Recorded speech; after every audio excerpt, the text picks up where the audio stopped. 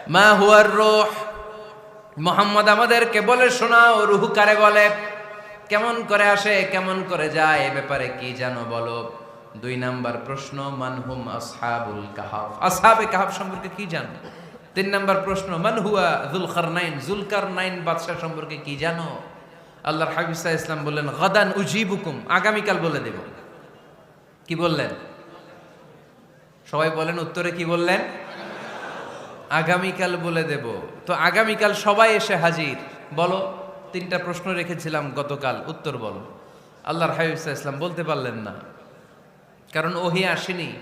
তিনি ছিলেন ওহী নির্ভর, ডিপেন্ডেন্ট অন ওয়াহি, dependent on revelation, guided by the ওয়াহি।